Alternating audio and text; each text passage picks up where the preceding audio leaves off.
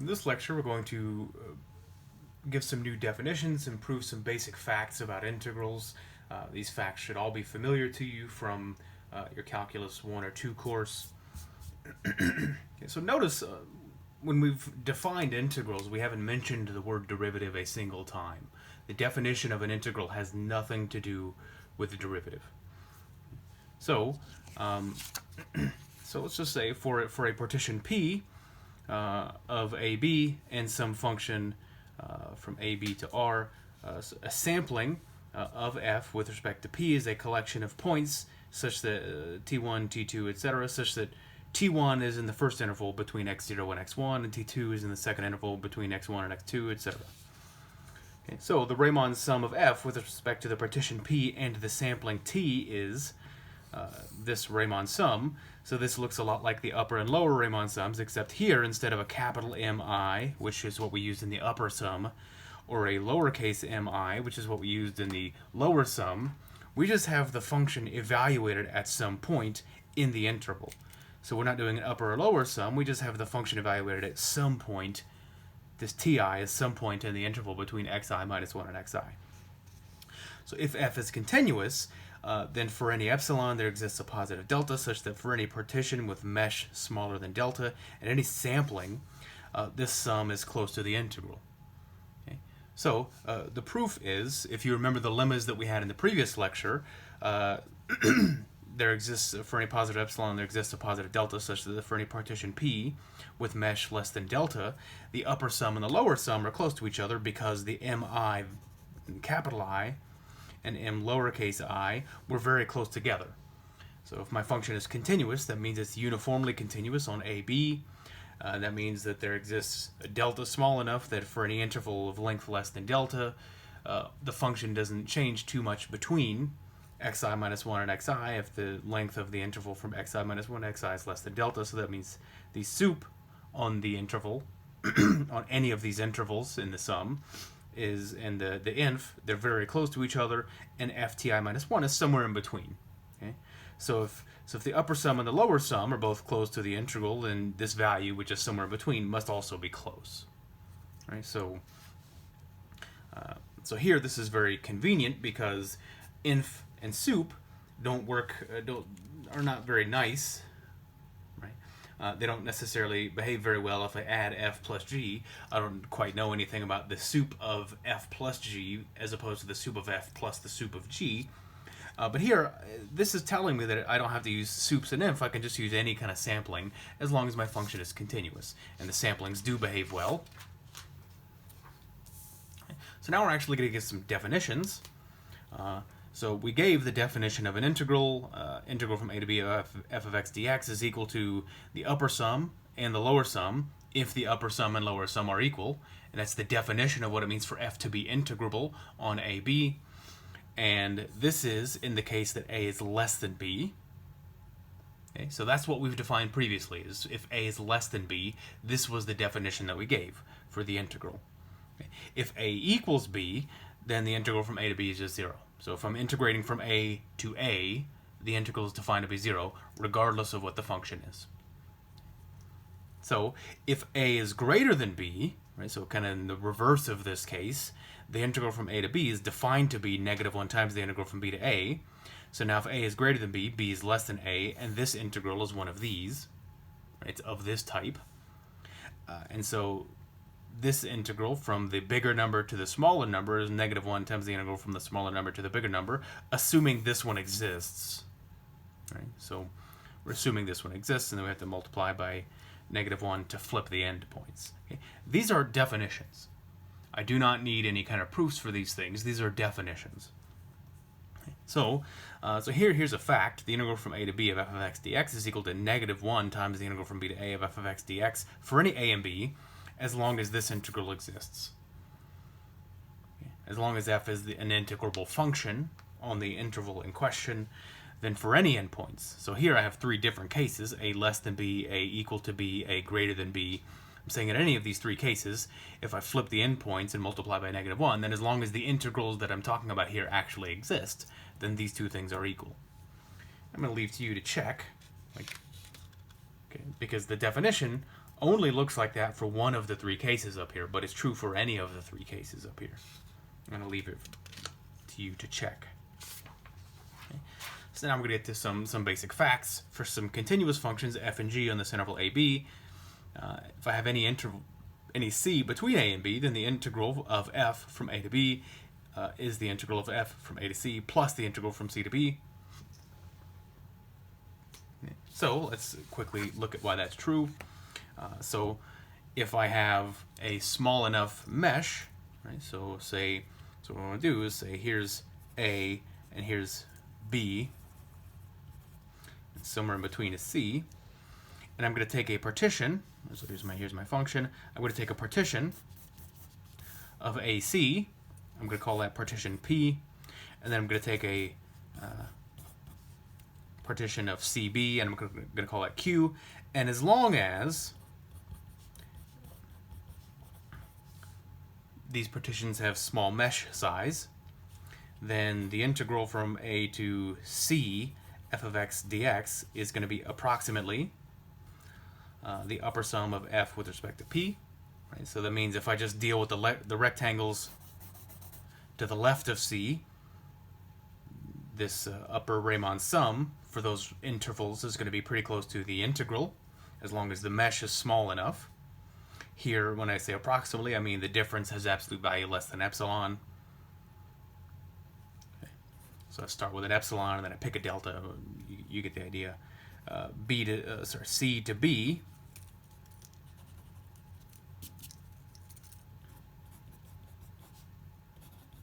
is going to be pretty close to the rectangles on the right, which is upper sum of f with respect to Q. And then integral from A to B is going to be pretty close to P union Q. Okay. So P union Q is just all the points over here, and then together with all the points over here. And so if I do P union Q, it's just the P part is the rectangles to the left of C, and the Q part is the rectangles to the right of C. So P union Q is going to be all the rectangles. And if the mesh of P is less than delta, that means all the intervals over here have a length less than delta.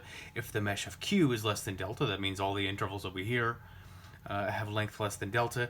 And then all the intervals in P union Q are also going to have length less than delta. So P, Q, and P union Q are partitions for different intervals. P is a partition for AC, Q is a partition for CB, P union Q is a partition for AB. And each one has a mesh less than delta, which means that the upper sum with respect to that partition is going to be close to the integral.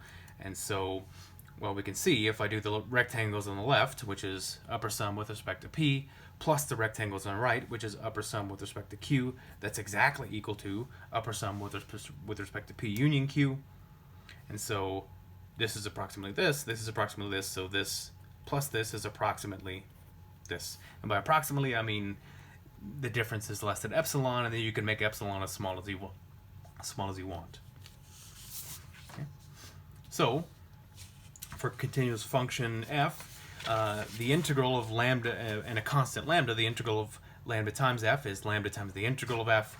So we can say integral from a to b f of x dx is approximately sum I goes from 1 to n f of lambda times f of x, lambda times f of x ti, xi minus xi minus 1. So here this ti is a sampling of the function with respect to a partition, okay, which is equal to, now just by regular properties of sums, f of ti xi minus xi minus 1, which is approximately lambda times integral ab f of x dx, right? Because this part is an upper sum with respect, this is a Riemann sum with respect to the sampling.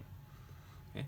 So if you remember, the first thing that we proved on the first page of this lecture was that I don't have to do upper or lower sums. I could do sums with respect to any sampling that we want. As long as my function is continuous, I get the correct thing, and so f and lambda times f are both continuous. And so if my mesh size here is small enough, then these approximations are true, meaning the error is less than epsilon, and then I can let epsilon go to 0. And I get that's equal to that. Okay.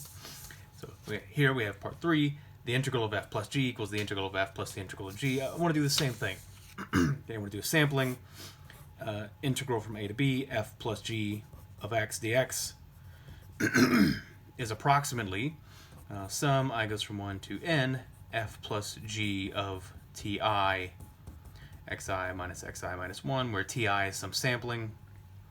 As long as the mesh of this partition is small enough, this approximation is true, meaning this and this are within epsilon of each other, but this is exactly equal to sum I goes from 1 to n, f ti xi minus xi minus 1 plus sum I goes from 1 to n g ti xi minus xi minus 1, which is approximately integral a to b f x dx for the first part, because that's a Riemann sum with respect to the sampling ti. Right? This is a Riemann sum for g with respect to the sampling ti, and if the mesh of the partition is small enough, then these approximations are all, say, within epsilon. So this and this are within, say, maybe 3 epsilon of each other. I let epsilon go to 0, so these two things have to be equal. Okay. So we have a corollary. Corollary of this first part: if f is a continuous function on some interval which contains the numbers a, b, and c, then the integral from a to b is equal to the integral from a to c plus c to b. Well, the integral is of f of x dx each time. If I go from a to b, it's the same as going from a to c plus c to b. So you might think this is just a repetition of this, but it's not. This is different than this, and I'll leave it to you to figure out how they're different. Yeah, but it's kind of important. Let's say we have some functions f and g which are continuous, and we're going to prove some facts. The integral from a to b of 1 is just b minus a. Right? So, well, we have 3 cases to consider, because I did not assume that a is less than b. Okay? This is true for any a and b, even if they're equal. So if they're equal, both sides are 0. And if a is greater than b, then I flip it and multiply by -1, and I get the result for the case when a is less than b. But those 3 different cases I do need to worry about. But the case where a and b are equal is easy, both sides are 0, and the case where a is greater than b I get by using the case where a is less than b and flipping and multiplying by -1. So the proof of 1, I just do any sampling, right? So I want to do sum I goes from 1 to n, 1 xi minus xi minus 1, right? So if I sample this function, or if I do an upper sum and take the soup is always just 1 on any interval. Every output is 1, so the supremum of the function values on any interval will be 1. So I get sum I goes from 1 to n, xi minus 1. This is a telescoping sum. It's just b minus a. Okay. So if f of x is greater than or equal to 0 and a is less than or equal to b, then this integral is greater than or equal to 0. And I can do upper sums, right? So integral a b f of x dx is equal to the nth of upper sums.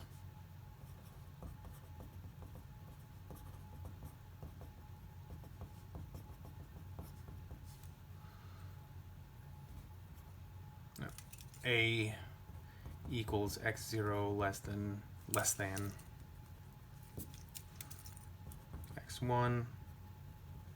less than xn, which is b. Mi is the supremum of the function on this interval. Okay, so this is just the definition of the infimum of upper sums, but now each of these upper sums here, xi minus 1, so here I'm using the fact that a is less than or equal to b. If a is equal to b, then this is 0. So I'm going to get rid of that case. So if a is less than b, then this is the definition of the integral. It's inf over upper sums. And now this part is greater than 0. This part is greater than or equal to 0. So my function is greater than or equal to 0. Then the supremum of the function value on any interval is greater than or equal to 0. So it's all greater than or equal to 0. So I have an inf of a bunch of stuff that's greater than or equal to 0. Then inf is also greater than or equal to 0, because we just proved that 0 is a lower bound. The inf is the greatest lower bound, so it's at least 0. Okay. Next, if f is greater than or equal to g, then the integral of f is greater than or equal to the integral of g. The proof of that is, well, f minus g is greater than or equal to 0. Right? If f is greater than or equal to g, then f minus g is greater than or equal to 0. Integral f minus g is greater than or equal to 0 by part 2. And now I can split this up, integral a b f of x dx minus integral a b g of x dx using properties from the previous page. And now this tells me that the integral of f is greater than or equal to integral of g, because the difference is greater than or equal to 0. Next, if a is less than or equal to b, then the absolute value of the integral is less than or equal to the integral of the absolute value. So let's do sampling. So we do integral a to b, f of x dx is going to be approximately the sum, I goes from 1 to n, f of ti xi minus 1. Okay, so these are not proofs. If you wanted to do proofs, you'd have to do with deltas and epsilons, and I strongly encourage you to fill in the details yourself. If you're struggling filling in the details, send me an email and I'll guide you through. Okay. But these are approximately equal, and because the absolute value is a continuous function, that means their absolute values are also close to being equal. This is less than or equal to sum I goes from 1 to n. By the triangle inequality, I can squeeze the absolute value inside. Okay. And the xi minus 1 is already positive, so I can pull that out of the absolute value.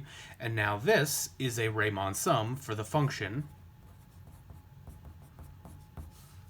This is a Riemann sum for the function absolute value. Right? So here, we get it from the Riemann sum. Just use what's really happening here is the triangle inequality. Okay, so this is triangle inequality.